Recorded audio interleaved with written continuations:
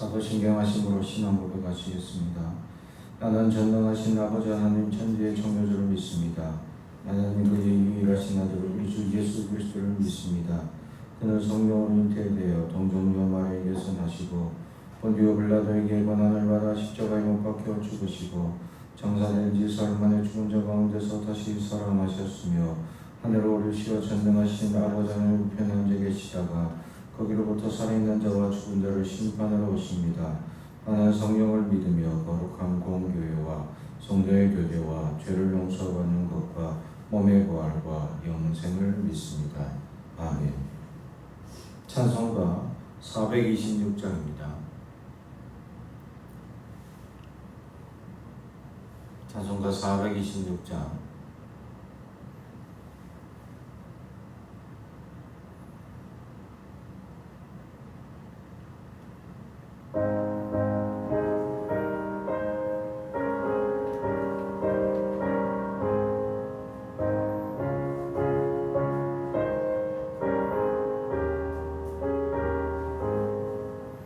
이 죄인을 완전케 하시옵고 내 맘속에 영원히 거하소서.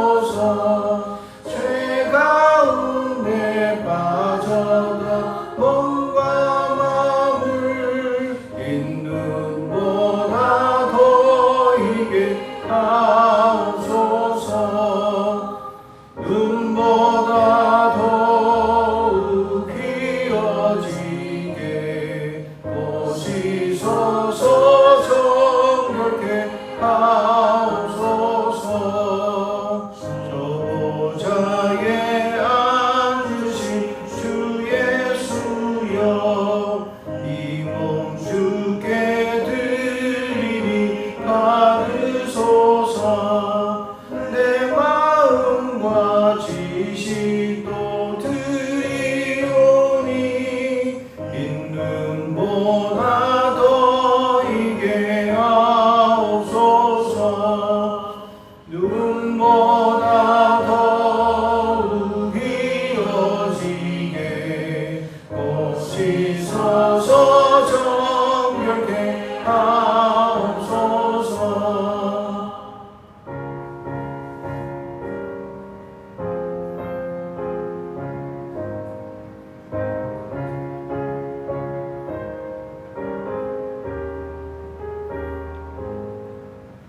그 상하신 발 아래 엎드려서 날 깨끗게 하시기 원합니다. 날 정결케 하는 비밀 사오니 있는보다 더 이게 하옵소서.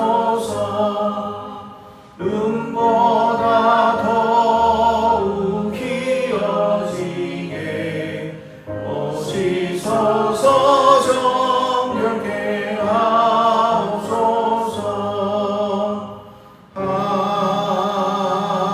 아멘. 아멘. 오늘 우리에게 주신 하나님의 말씀은 욥기 13장입니다. 욥기 13장 1절에서 마지막까지 말씀 저와 여러분이 한 절씩 교독하겠습니다. 하나님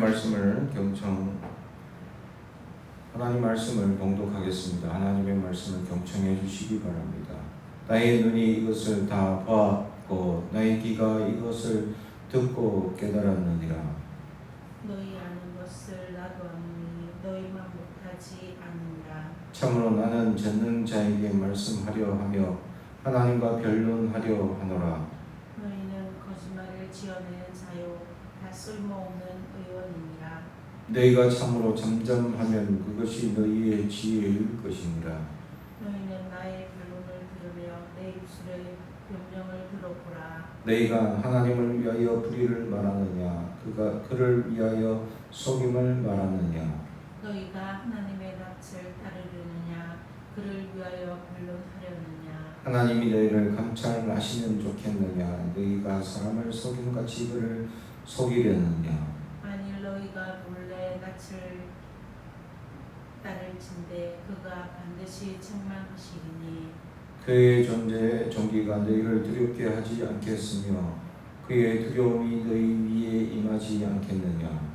너희의 격언은 제 같은 속담이요 너희가 방어하는 것은 토성이니라. 너희는 정잠하고 나를 버려두어 말하게 하거라. 무슨 일이 닥치든지 내가 당하리라.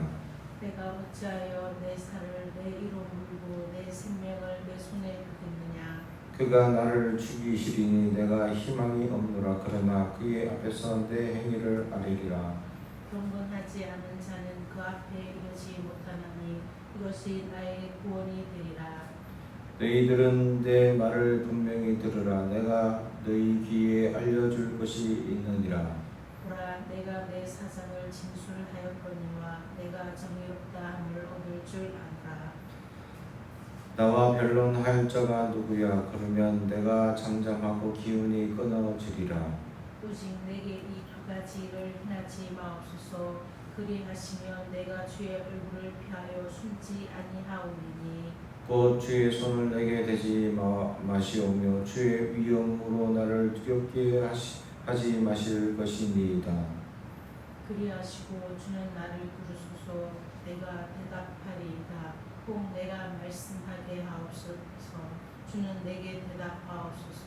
나의 죄악이 얼마나 많으니까 나의 허물과 죄를 내게 알게 하옵소서. 주께서 어찌하여 얼굴을 가리시고 나를 주의 원수로 여기시나이까. 주께서 어찌하여 날리는 낙엽을 놀라게 하시며 마른 검불을 뒤쫓으시나이까.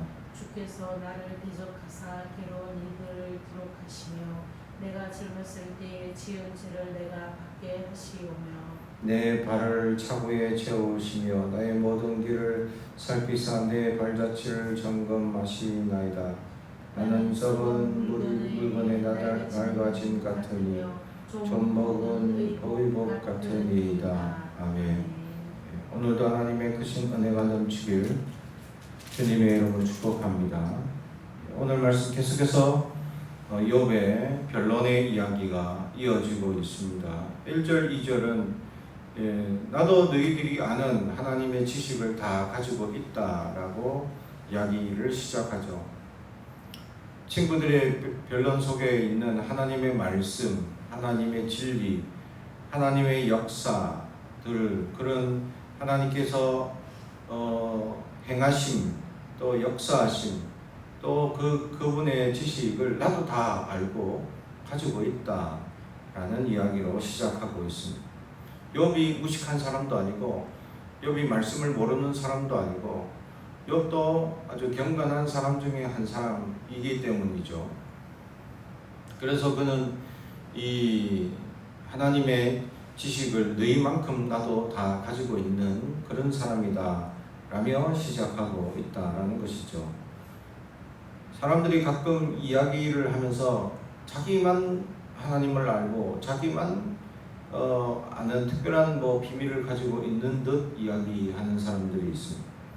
성경에 다 그것이 기록되어 있죠. 성경을 알면 누구나 다 하나님의 비밀, 하나님의 역사를 가질 수 있죠. 성경에서 미스테리라는 말로 이렇게 비밀 이렇게 얘기하는 말씀들이 가끔 있습니다. 이단들은 그것을 가지고 자기만 아는 특별한 비밀이 있다 얘기를 하지만 성경은 그 비밀이 바로 예수님이다 라고 증거합니다. 그리스도인들이 가진 비밀은 예수를 가졌느냐라는 것이죠. 예수님의 십자가, 그 은혜를 가진 그 사람이 바로 하나님의 비밀을 가진 자다라는 것이죠. 우리 안에 나만의 특별한 은혜, 지혜, 말씀이 아니라 모든 자에게 복음이 동일하고 모든 자에게 통하시는 하나님의 역사이며 말씀이다라는 것이죠. 그래서 그런 지식을 나도 가지고 있다라며 시작하면서 3절이 중요한 말씀이죠. 참으로 나는 전능자에게 말씀하려 하며 하나님과 변론하려 하노라. 아멘. 난 너희들과 얘기하기보다는 하나님과 직접 얘기하고 싶다. 하나님과 대면하고 싶다. 그래서 침묵하시는 하나님께 대하여 이제 자신의 이 어려움에 대해서 이 변론하고자 하는 의지를 나타내고 있다라는 것이죠. 그러면서 4절부터 6절까지 이 친구들의 이 이야기 말 속에 있는 가시를 아주 도려내고 증거하고 보여주고 있다라는 것이죠. 그래서 4절 너희는 거짓말을 지어내는 자요 다 쓸모없는 의원이니라. 아멘. 그래서 친구들이 얘기하는 것은 거짓말을 만들기까지 나가더라라는 것이죠. 시작은 진리입니다.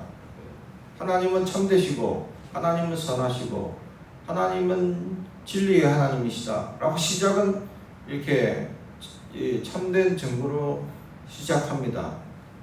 그런데 그 친구의 상황을 전혀 모르면서 고난은 곧 하나님의 징벌이다 라는 형식을 가져와서 그러므로 하나님이 심판하셨다 라는 말도 안 되는 기계적인 이 대입을 하게 되는 잘못을 저지르게 되죠. 이걸 이제 한마디로 하면 자기 말을 하나님의 본의를 더 씌우는 잘못을 범죄하는 것입니다. 보통 사람들도 많이 이렇게 하죠. 마치 하나님은 내 편인 양, 하나님은 이런 분이시고 하나님은 신실하시고 진리이신데 그런 하나님이 내 편이시고 나를 도와주실 것이다. 그리고 너희들은 다 거짓말장이고 잘못됐다 라고 얘기하고 변론하는 사람들의 흔한 정상이고 흔한 이야기고 흔하게 하나님을 잘못 가져오는 대입되는 부분을 여기에서 다 보여주고 있다라는 것이죠. 진리를 말하고 진실을 얘기하는데 사람을 위로하기보다는 도리어 말의 가시로 그를 정죄하고 심판하는 행위. 정죄와 심판은 우리에게 속한 게 아니죠. 하나님께 속해 있기 때문에 우리가 해야 될 것은 많이 아프지, 많이 힘들지, 내가 무슨 말로 위로할 수 있을까 하고 그냥 그 아픔과 고통을 이해하려고 어떻게 하면 도와줄까 하고 무엇으로 내가 도와줄까 하고 염려하고 걱정하는 것이 우리가 해야 될 의무인데 그렇지 않고 네가 당하는 것은 하나님의 심판이다 하고 말을 도리어 말로 폭언하거나 말로 그 사람을 괴롭히거나 말로 그 사람을 폭력을 행하는 행위, 이것은 대부분이 하는 사람들이 잘못된 행위죠. 그래서는 안 된다라는 것으로 오늘 욥은 우리에게 보여주고 있습니다. 그래서 너희가 말하는 거 거짓말이고 차라리 5절은 잠잠한, 아무 말도 하지 마라. 차라리 쓸모가 없는 의원이다. 자신들은 의원이고 위로자로 갔는데 도리어 사람을 더 힘들게 하고 언어 폭력을 하는 참 잘못된 쓸모없는 사람들이다. 차라리 잠잠해라.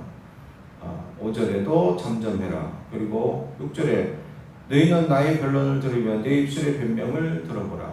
그래서 위로자는 듣는 자다라는 것을 보여주고 있죠. 들어라. 제발 내 말을 좀 들을 줄 알아라.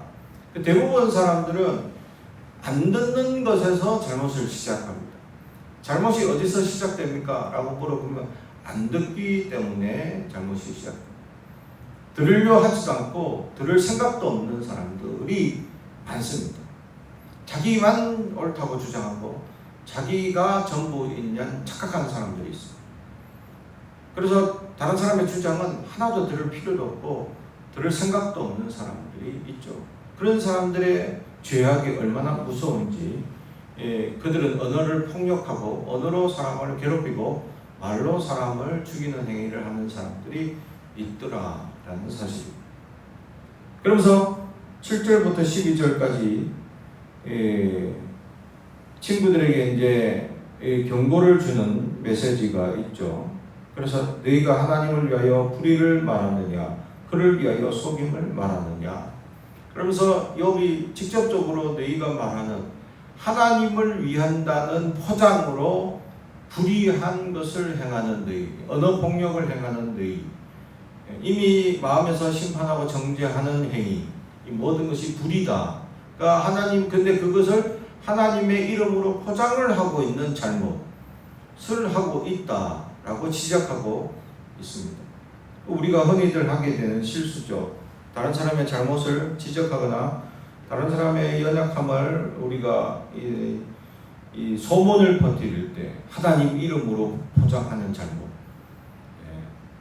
그냥 소문은 소문이고 이야기는 이야기일 뿐인데 거기에 하나님의 이름이 덜먹이게 되는 경우가 문제다라는 것이죠. 그냥 문제가 있습니다 라고 옳습니다, 틀렸습니다 라고 얘기하면 그나마 나은데, 그렇지 않고 마치 자기가 하나님이 되어서 이건 하나님 보시기에 옳지 않지 않다 라고 자기가 판단하고 자기가 결정하는, 자기가 판단하고 자기가 결정해놓고는 마치 그것이 하나님의 뜻이라고 포장하는 행위, 이런 행위가 있어서는 안 될 것이다 라는 것이죠.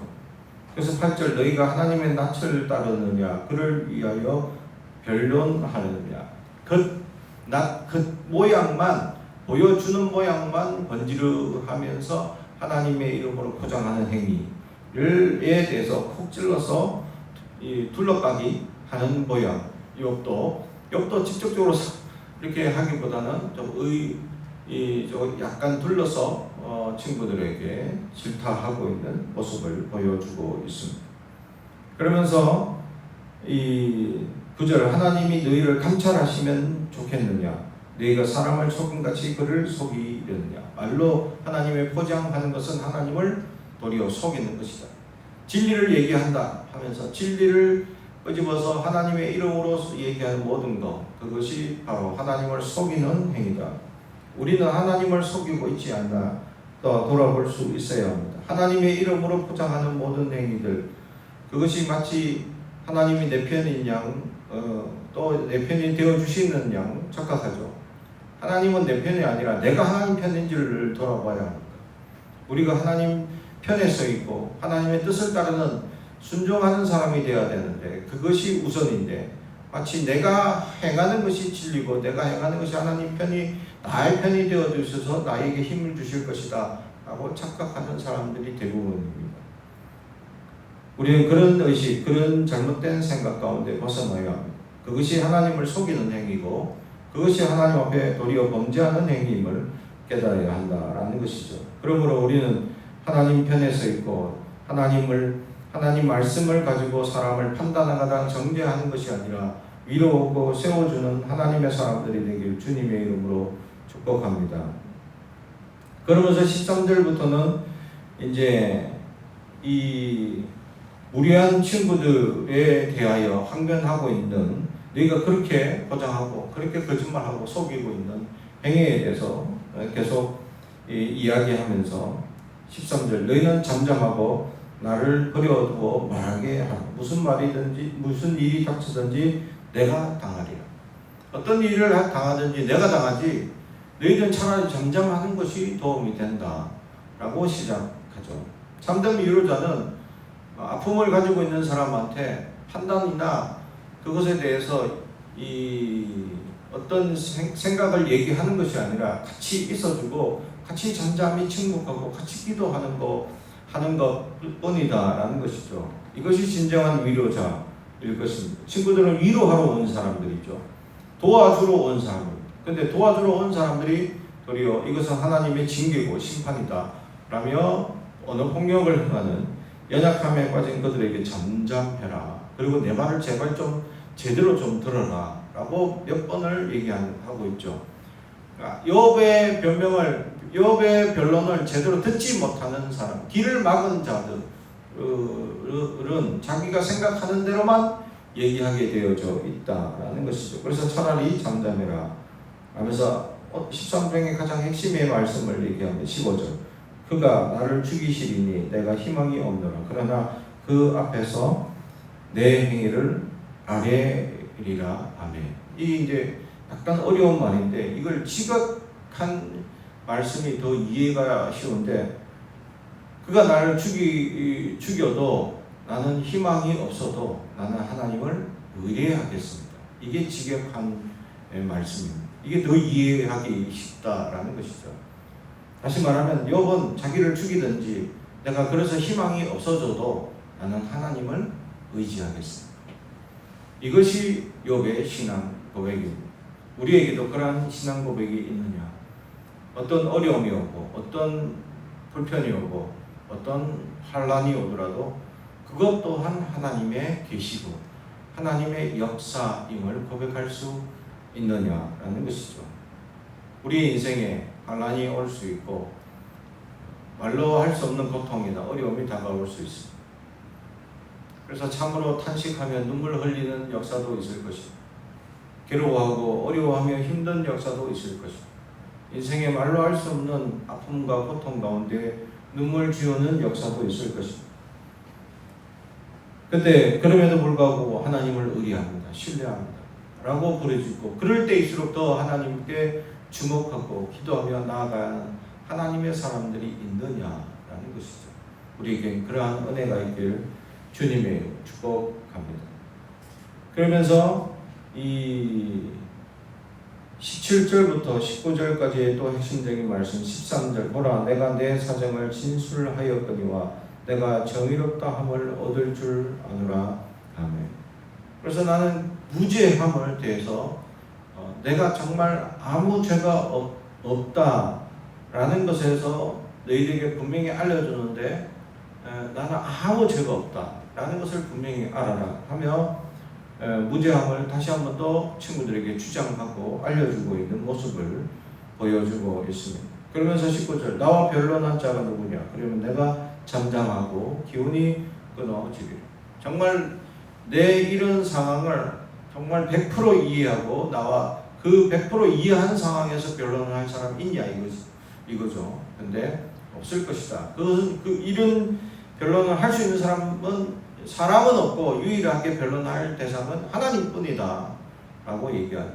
그렇습니다. 사람의 아픔과 고통에 대해서 우리가 어떤 이야기나 위로할 수 없죠. 그래서 우리는 단지 옆에 있어주고 같이 눈물을 흘려주는 것이 가장 큰 위로가 될 뿐이다 라는 것입니다. 그러므로 우리는 함께 있어주는 사람, 함께 울어주는 사람이 진짜 위로의 사람이 됨을 깨닫고 격려할 수 있는 우리가 되길 주님의 이름으로 축복합니다. 그러면서 마지막 욥은 기도합니다. 하나님께 20절 오직 두 가지만 행하지 마옵소서. 그것이 첫 번째는 나에게 손대지 마옵소서라고 21절 그것이 재난을 더 많은 재난을 당하지 않게 해달라고 간구하고 또 23절 주는 나를 부르소서 내가 대답하리이다. 혹 내가 말씀하게 하옵소서. 주는 내게 대답하옵소서. 첫 번째는 내게 더 많은 재난을 주지 마시고 두 번째는 나를 만나서 나에게 응답해 달라라는 이 두 가지 기도를 하고 있다라는 것이죠. 어쩌면 욥에게 지금 간절히 바라는 것은 이 두 가지일 것입니다. 더 이상 재난은 어렵습니다. 너무 힘듭니다.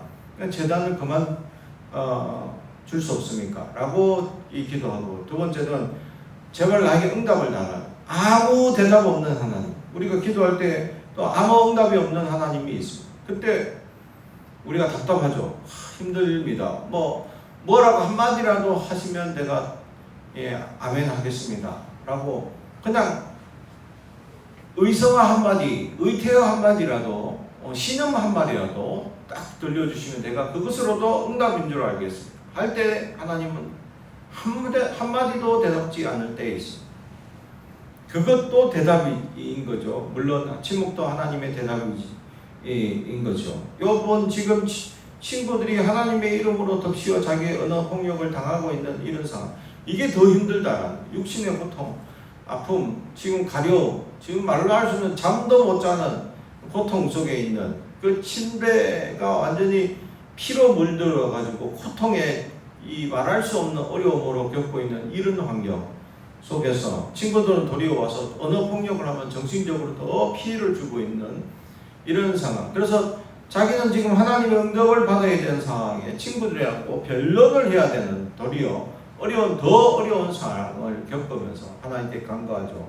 재난 없게 하시고 또 하나님 응답하시옵소서라고 기도합니다. 사랑하는 성도 여러분, 우리가 그러한 어려움과 문제 속에서도 하나님을 의지하고 신뢰하고 하나님의 응답이 들을 수 있는 우리가 되기를 주님의 이름으로 축복하며, 마지막 23절에서 28절에 결국 하나님 응답하옵소서라고 한 번 더 얘기하며 그러면서 단식을 하고 있는 모습을 우리에게 보여주고 있습니다. 그렇습니다. 욥은 지금 욥에게 필요한 것은 하나님의 말씀, 하나님의 해명, 하나님의 이야기를 듣고 싶었다라는 것이죠. 지금 알 수 없는 이 고통 속에서 그는 무슨 이 하나님의 뜻이 있는지 알 수 없죠. 우리는 이 처음 시작을 다 보았기 때문에 그 하나님의 뜻은 사탄과의 역사 속에서 욥을 내주었던 사건, 정말 아무 부족함이 없는, 그래서 사탄에게 자랑했던 사람, 욥 봐라 정말 대단하지 않냐, 믿음이 정말 신실하지 않냐 라고 사탄에게까지 자랑하던 욥을 사탄의 한마디 때문에 지금 욥은 엄청난 시련을 겪고 있다. 여기에 하나님은 욥에게 야 조금만 참아라 라고 한마디만 해준다면 얼마나 그 위로 되겠습니까? 근데 하나님은 도리어 한마디도 하지 않습니다. 이게 어쩌면 공평과 정의의 하나님일 수 있다라는 것이죠. 왜냐하면 사탄과의 대결에서 하나님의 정의를 보여주기 위해서라도 나는 거기에 개입하지 않고 너만 개입하되 저 신앙이 흔들리지 않는 신앙이다 라는 것을 내가 알고 있다 라는 것이죠. 그래서 욥은 내가 죽더라도 하나님을 의뢰합니다 라는 진짜 신실한 신앙을, 지금 고통 중에 또 정신적인 피해를 당하면서까지 온전한 신앙을 고백하고 있는 욥을 보며 우리에게도 그러한 시련과 어려움 속에서도 온전한 신앙, 흔들리지 않는 신앙이 되길 주님의 이름으로 축복하고 기도하겠습니다. 사랑과 청이 가득하신 아버지 하나님 감사합니다. 하나님 욥처럼 우리에게 흔들리지 않는 믿음을 주옵소서. 어떤 시련이 올지라도 견디고 이겨내게 하시며 하나님 우리와 함께 하시고 우리를 불쌍히 여기시고, 이러한 아버지 하나님 세상의 어떤 어려움과 문제와 고통 속에 시련당하는 이들을 위하여 하나님 기도하오니 그들을 위로하여 주시옵소서. 예수님 이름으로 기도하옵나이다. 아멘. 하늘에 계신 우리 아버지 이름을 거룩하게 하시며 아버지의 나라가 오게 하시며 아버지의 뜻이 하늘에서와 같이 땅에서도 이루어지게 하소서. 오늘 우리에게 일용할 양식을 주시고 우리가 우리에게 잘못한 사람을 용서하여 준 것 같이 우리 죄를 용서하여 주시고 우리를 시험에 빠지지 않게 하시고 악에서 구하소서. 나라와 권능과 영광이 영원히 아버지의 것입니다. 아멘.